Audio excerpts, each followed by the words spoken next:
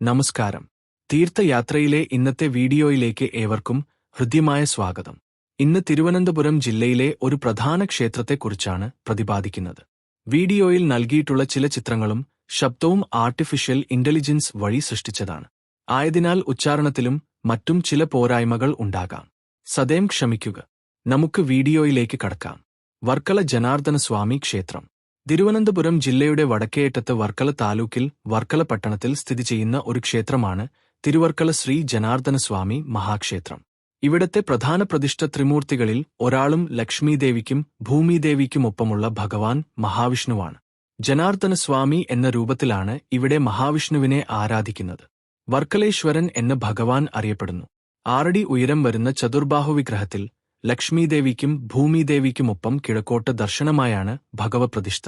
കൂടാതെ തുല്യപ്രാധാന്യത്തോടെ ശിവനും ഉപദേവതകളായി ഗണപതി, അയ്യപ്പൻ, ശ്രീരാമൻ, ഹനുമാൻ, നാഗദേവങ്ങൾ എന്നിവർക്കും പ്രതിഷ്ഠകളുണ്ട്. ദക്ഷിണകാശി എന്നാണ് ഈ ക്ഷേത്രം അറിയപ്പെടുന്നത്. ഇവിടെ ദർശനം നടത്തിയാൽ ഐശ്വര്യവും ദുരിതമുക്തിയും മോക്ഷവും ഉണ്ടാകുമെന്നാണ് വിശ്വാസം.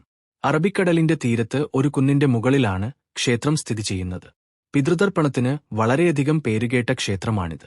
തിരുവല്ലം, തിരുനാവായ, തിരുനെല്ലി, ആലുവ, ശിവരാത്രി, മണപ്പുറം എന്നിവയ്ക്കൊപ്പമാണ് പിതൃതർപ്പണത്തിൽ വർക്കലയുടെയും സ്ഥാനം. കർക്കടകവാവ് ദിവസം നിരവധി ഭക്തരാണ് ക്ഷേത്രത്തിനടുത്തുള്ള പാപനാശം ബീച്ചിൽ കുടുംബത്തിലെ മരിച്ചവർക്കായി ബലിതർപ്പണത്തിനെത്തുന്നത്. ബലിയിടാനായി പ്രത്യേക സൗകര്യങ്ങൾ ക്ഷേത്രം ഒരുക്കിവച്ചിട്ടുണ്ട്.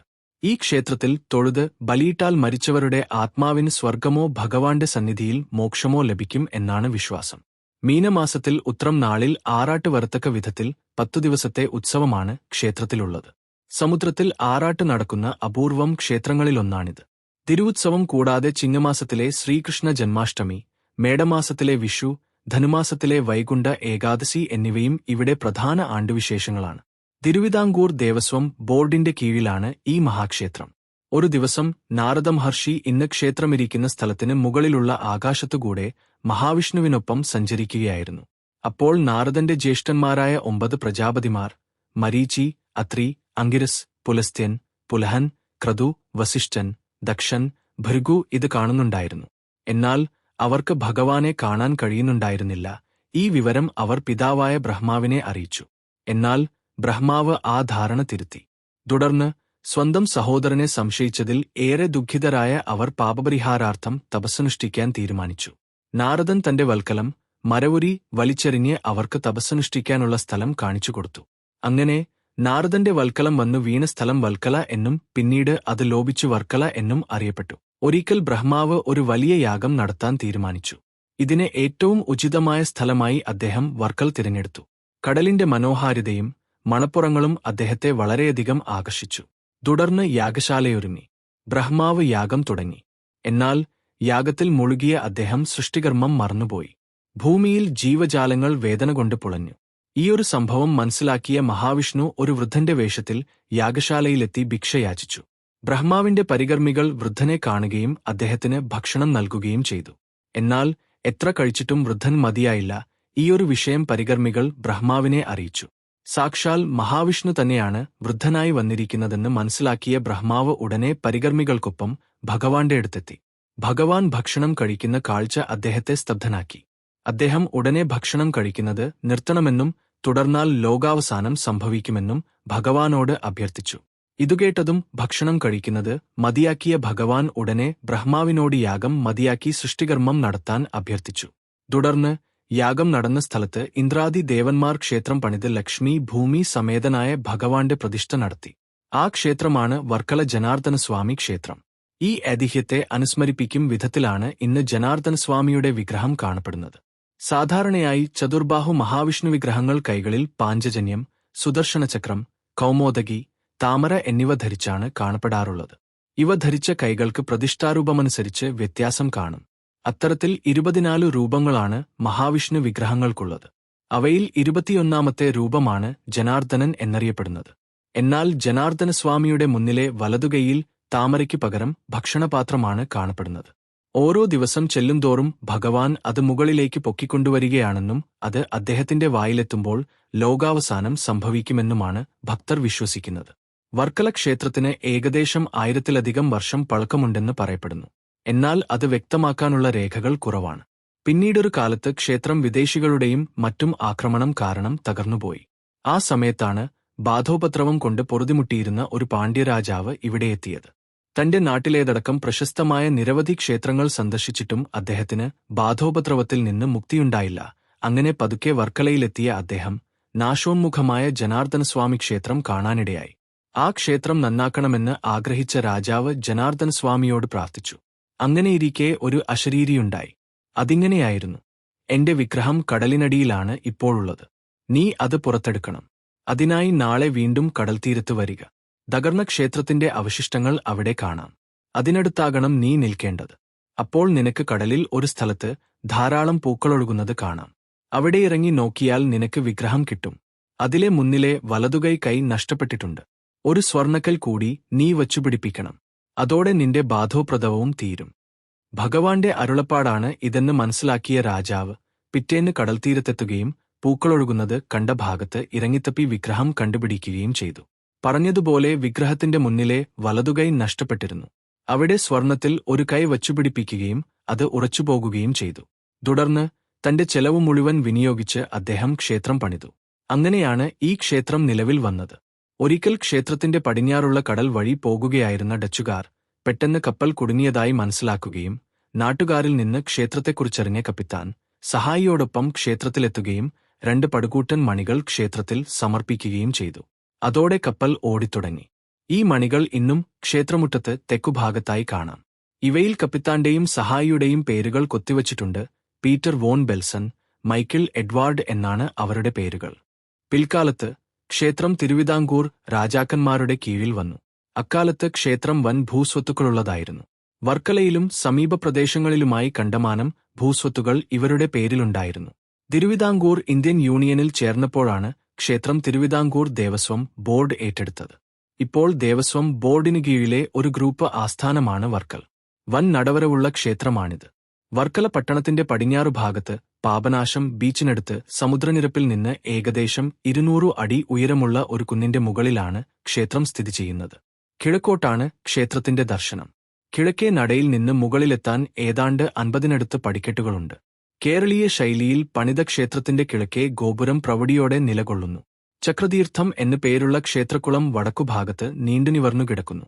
ഐതിഹ്യപ്രകാരം മഹാവിഷ്ണുവിന്റെ സുദർശനചക്രം കൊണ്ടുണ്ടായ കുളമാണിത്. അതിനാലാണ് ചക്രതീർത്ഥം എന്ന പേര്. ചക്രതീർത്ഥത്തിന്റെ കിഴക്കേക്കരയിൽ ഒരു ചെറിയ ശ്രീരാമഹനുമാൻ ക്ഷേത്രവുമുണ്ട്. വളരെ ചെറിയൊരു ക്ഷേത്രമാണിത്.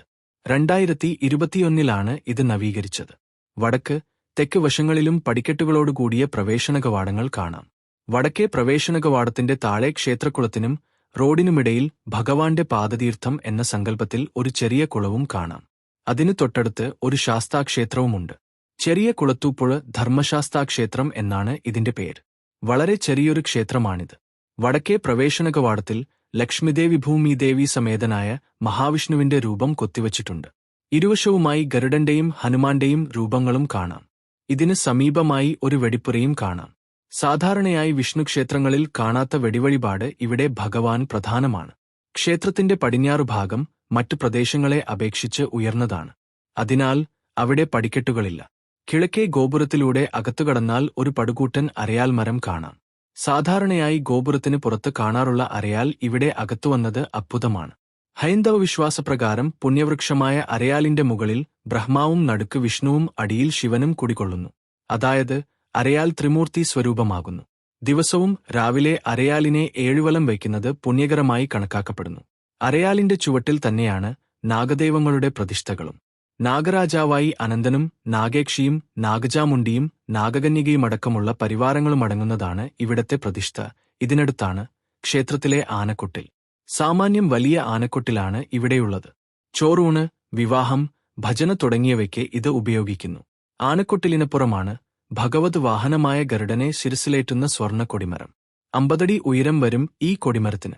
കൊടിമരത്തിനപ്പുറം ക്ഷേത്രത്തിലെ ബലിക്കൽപ്പുരയാണ്. വലിയ ബലിക്കല്ല് ഇവിടെ സ്ഥിതി ചെയ്യുന്നു. സാമാന്യം വലിപ്പമുള്ള ബലിക്കല്ലാണിത്. അതിനാൽ പുറത്തുനിന്ന് നോക്കിയാൽ വിഗ്രഹം കാണാൻ സാധിക്കില്ല. ശീവേലി സമയത്ത് ഇവിടെയാണ് അവസാനം ബലി തൂകുന്നത്. ബലിക്കൽപ്പുരയുടെ മുകളിൽ ശ്രീദേവി ഭൂദേവി സമേതനായ ജനാർദ്ദനസ്വാമിയുടെയും ഗരുഡഹനുമാന്മാരുടെയും രൂപങ്ങൾ കൊത്തിവച്ചിട്ടുണ്ട്. ക്ഷേത്രത്തിന്റെ തെക്കുഭാഗത്ത് നീളത്തിൽ ക്ഷേത്രം വക ഓഡിറ്റോറിയമാണ്. ഗുരുവായൂർ ക്ഷേത്രത്തിലെ മേൽപ്പത്തൂർ ഓഡിറ്റോറിയം പോലെ ഇതും തുറന്ന ഓഡിറ്റോറിയമാണ്. ഇവിടെ ക്ഷേത്രം ഉപദേശക സമിതിയുടെയും മറ്റും ഓഫീസുകൾ സ്ഥിതി ചെയ്യുന്നു. വിശേഷ ദിവസങ്ങളിൽ ഇവിടെ പ്രഭാഷണങ്ങളും കലാപരിപാടികളും നടക്കുന്നു. കൂടാതെ വേദങ്ങൾ, പുരാണങ്ങൾ, ഉപനിഷത്തുകൾ, ഭഗവത്ഗീത തുടങ്ങിയ ഹൈന്ദവ പുണ്യഗ്രന്ഥങ്ങൾ പഠിപ്പിക്കാനും ഇവിടം ചെലവഴിക്കാറുണ്ട്. തെക്കുപടിഞ്ഞാറു ഭാഗത്ത് കിഴക്കോട്ട് ദർശനമായി ഗണപതി ഭഗവാൻ കുടികൊള്ളുന്നു. ചതുരാകൃതിയിൽ തീർത്ത ഒരു കൊച്ചു ശ്രീകോവിലാണ് ഗണപതിയുടേത്. ഇതിന്റെ മുന്നിൽ ഒരു ഹോം മണ്ഡപമുണ്ട്. ഇവിടെ നിത്യേന രാവിലെ ഗണപതി ഹോമം നടത്തിവരുന്നു. ഗണപതി ശ്രീകോവിലിന് തൊട്ടടുത്ത് മറ്റൊരു ശ്രീകോവിലിൽ കിഴക്കോട്ട് ദർശനമായി അയ്യപ്പസ്വാമി കുടികൊള്ളുന്നു. ഗണപതിയുടെ ശ്രീകോവിലുമായി രൂപത്തിൽ വളരെ സാമ്യമുണ്ട് അയ്യപ്പന്റെ ശ്രീകോവിലിന്. എന്നാൽ കുറച്ചുകൂടി വലുതാണ് അയ്യപ്പന്റേത്. അയ്യപ്പ ശ്രീകോവിലിന് മുന്നിലും മണ്ഡപമുണ്ട്. ഇവിടെ എള്ളുതിരി സ്റ്റാൻഡുണ്ട്. ശബരിമല തീർത്ഥാടകർ മാലയിടുന്നതും കെട്ടുനിറയ്ക്കുന്നതും ഇവിടെ വച്ചാണ്. ഇരു ശ്രീകോവിലുകളും തമിഴ് കേരള ശൈലികളുടെ സമന്വയമാണ്. ഈ ശ്രീകോവിലുകൾക്കടുത്ത് കിഴക്കോട്ട് ദർശനമായി ചെറിയൊരു തറയിൽ നാഗരാജാവിന്റെ പ്രതിഷ്ഠയുണ്ട്. അനന്തനായാണ് സങ്കല്പം. മേൽക്കൂരയില്ലാത്ത തറയാണിത്.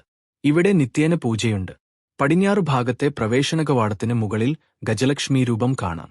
വടക്കുവശത്താണ് വർക്കല ദേവസ്വത്തിന്റെയും വർക്കല ഗ്രൂപ്പിന്റെയും ക്ഷേത്ര ഉപദേശക സമിതിയുടെയും ഓഫീസുകളുള്ളത്. തിരുവിതാംകൂർ ദേവസ്വം ബോർഡിന് കീഴിലുള്ള ഒരു സ്പെഷ്യൽ ഗ്രേഡ് ദേവസ്വമാണ് വർക്കല ദേവസ്വം. എക്സിക്യൂട്ടീവ് ഓഫീസറാണ് അധികാരി. വടക്കുകിഴക്കു ഭാഗത്താണ് ക്ഷേത്രത്തിലെ പ്രധാന ഉപക്ഷേത്രമുള്ളത്. ശിവനാണ് ഇവിടെ പ്രതിഷ്ഠ. പാർവതീസമേത ഭാവത്തിലാണ് ശിവൻ ഇവിടെയുള്ളത്. പടിഞ്ഞാറോട്ടാണ് ദർശനം. സാമാന്യം വലിപ്പമുള്ള ശിവലിംഗമാണ് ഇവിടെയുള്ളത്. ഉപദേവതാക്ഷേത്രങ്ങളിൽ ഏറ്റവും വലുത് ഇതാണ്. ശില്പാലംകൃതമായ ശ്രീകോവിലിന്റെ മുകൾനിലയിൽ നിരവധി ദേവതാരൂപങ്ങൾ കാണാം. ശിവന്റെ നടയ്ക്കു മുന്നിൽ മണ്ഡപമുണ്ട്.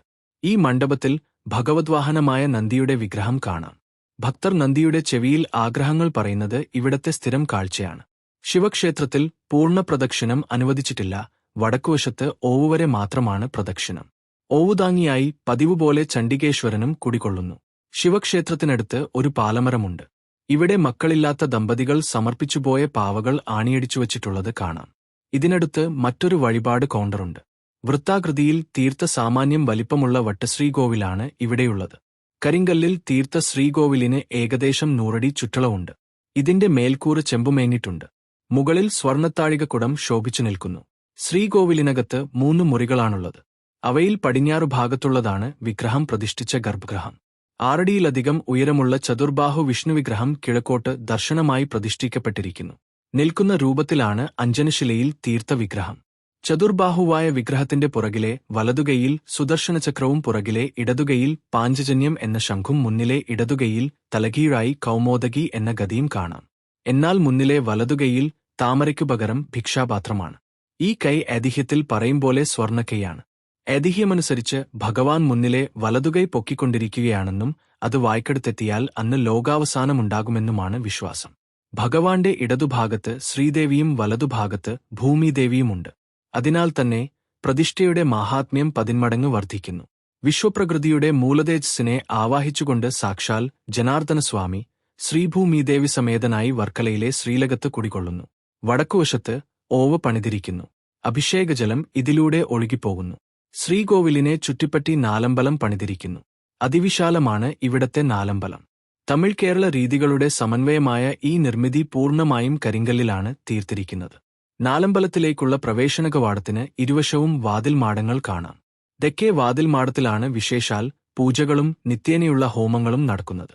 വടക്കേ വാതിൽമാടം പ്രധാനമായും വാദ്യമേളങ്ങൾക്കും നാമജപത്തിനുമായാണ് ഉപയോഗിക്കുന്നത്. പൂജാസമയത്തൊഴികെയുള്ളപ്പോൾ ഇവിടെ ചെണ്ട, മദ്ദളം, തിമില, ഇടയ്ക്ക് തുടങ്ങിയ വാദ്യങ്ങൾ തൂക്കിയിട്ടിരിക്കുന്നത് കാണാം.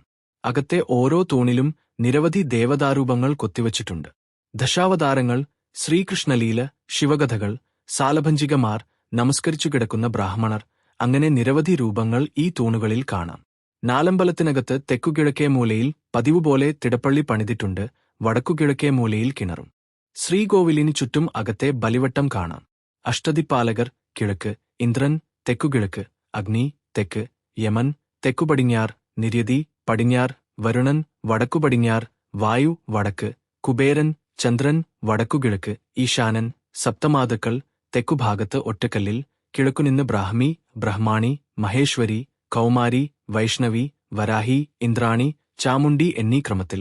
വീരഭദ്രൻ സപ്തമാതൃക്കൾക്കൊപ്പം കിഴക്കുഭാഗത്ത്, ഗണപതി സപ്തമാതൃക്കൾക്കൊപ്പം പടിഞ്ഞാറുഭാഗത്ത്, ശാസ്താവ് തെക്കിനും തെക്കുപടിഞ്ഞാറിനുമിടയിൽ, സുബ്രഹ്മണ്യൻ പടിഞ്ഞാറിനും വടക്കുപടിഞ്ഞാറിനുമിടയിൽ, ബ്രഹ്മാവ് വടക്കുകിഴക്കിനും കിഴക്കിനുമിടയിൽ, അനന്തൻ തെക്കുപടിഞ്ഞാറിനും പടിഞ്ഞാറിനുമിടയിൽ, ദുർഗാദേവി വടക്കുപടിഞ്ഞാറിനും വടക്കിനുമിടയിൽ, നിർമാല്യധാരി വടക്കിനും വടക്കുകിഴക്കിനുമിടയിൽ ശിവലിംഗരൂപത്തിൽ, ഇവിടെ വിശ്വക്സേനൻ എന്നിവരെ പ്രതിനിധീകരിക്കുന്ന ബലിക്കല്ലുകൾ ഇവിടെ മേൽ വിവരിച്ച സ്ഥലങ്ങളിലായി കാണാം. ശീവേലി സമയത്ത് ഇവയിൽ ബലിതൂകുന്നു. വിഷ്ണുക്ഷേത്രമായതിനാൽ ഇവിടെ ഇവരെ കൂടാതെ ഉത്തരമാതൃക്കൾ എന്ന പേരിൽ മറ്റൊരു സങ്കല്പവുമുണ്ട്. ഭാഗീശ്വരി, ക്രിയ, കീർത്തി, ലക്ഷ്മി, സൃഷ്ടി, വിദ്യ, ശാന്തി എന്നിവരാണ് ഉത്തരമാതൃക്കൾ. സപ്തമാതൃക്കളുടെ തന്നെ വകഭേദമാണ് ഇവർ. വടക്കുഭാഗത്താണ് ഇവർക്ക് സ്ഥാനം അനുവദിച്ചിരിക്കുന്നത് എന്നതുകൊണ്ടാണ് ഇവരെ ഉത്തരമാതൃക്കൾ എന്ന് വിളിക്കുന്നത്. സപ്തമാതൃക്കളുടെ അംഗരക്ഷകരായി ഗണപതിയും വീരഭദ്രനുമുള്ള പോലെ ഇവരുടെ അംഗരക്ഷരായി ശ്രീധരൻ, അശ്വമുഖൻ എന്നീ 2 ദേവന്മാരുമുണ്ടാകും. ഇവരെ ബലിക്കല്ലുകളുടെ രൂപത്തിൽ പ്രതിനിധീകരിക്കാറില്ല, എന്നാൽ ശീവേലി സമയത്ത് ഇവർക്കും ബലിതൂകും. ബലിക്കല്ലുകൾ ദേവന്റെ വികാരഭേദങ്ങളാണെന്നാണ് വിശ്വാസം. അതിനാൽ അവയിൽ ചവിട്ടുന്നതും തൊട്ടു തലയിൽ വയ്ക്കുന്നതും നിരോധിച്ചിരിക്കുന്നു. നിത്യേന 5 പൂജകളും 3 ശീവേലികളുമുള്ള മഹാക്ഷേത്രമാണ് വർക്കല ജനാർദ്ദനസ്വാമി ക്ഷേത്രം. പുലർച്ചെ 3:30-ക്ക് നിയമവെടിയോടെയും തുടർന്ന് 7 തവണയുള്ള ശംഖുവിളിയോടെയും തവിൽ, നാദസ്വരം, കുഴിത്താളം എന്നിവയുടെ അകമ്പടിയോടെയും ഭഗവാനെ പള്ളിയുണർത്തിയ ശേഷം 4 മണിക്ക് നട തുറക്കുന്നു. ആദ്യത്തെ ചടങ്ങ് നിർമാല്യദർശനമാണ്. തലേന്ന് ചാർത്തിയ അലങ്കാരങ്ങളോടുകൂടി കാണപ്പെടുന്ന ഭഗവത് വിഗ്രഹം ദർശിച്ച് ഭക്തർ മുക്തിയടയുന്നു. അതിനുശേഷം അഭിഷേക ചടങ്ങുകൾ തുടങ്ങുകയായി. എണ്ണ, ശംഖതീർത്ഥം, ഇഞ്ച, കലശതീർത്ഥം തുടങ്ങിയ ദ്രവ്യങ്ങൾ കൊണ്ടുള്ള അഭിഷേക ചടങ്ങുകൾക്കുശേഷം വിഗ്രഹം അലങ്കരിച്ച് ആദ്യ നിവേദ്യങ്ങളായി മലർ, ശർക്കര, കദളിപ്പഴം എന്നിവ നേദിക്കുന്നു. പിന്നീട് 5 മണിക്ക് നടയടച്ച് ഉഷുപൂജയും സൂര്യോദയ സമയത്ത് എതിരേറ്റുപൂജയും നടത്തുന്നു. എതിരേറ്റുപൂജയുടെ സമയത്താണ് ക്ഷേത്രത്തിൽ ഗണപതിഹോമവും ഉപദേവതകൾക്കുള്ള പൂജകളും നടക്കുന്നത്. വിശേഷ ദിവസങ്ങൾ കൊടിയേറ്റുത്സവം, അഷ്ടമിരോഹിണി, കർക്കടകവാവ് എന്നിവയാണ്. തിരുവനന്തപുരം കൊല്ലം ദേശീയപാതയിൽ കല്ലമ്പലത്തുനിന്ന് ഇടത്തോട്ട് തിരിഞ്ഞ് 12 കിലോമീറ്റർ പോയാൽ വർക്കലയിലെത്താം. റെയിൽവേ സ്റ്റേഷനിൽ നിന്ന് ഏകദേശം 2 കിലോമീറ്റർ ദൂരം ക്ഷേത്രത്തിലേക്കുണ്ട്.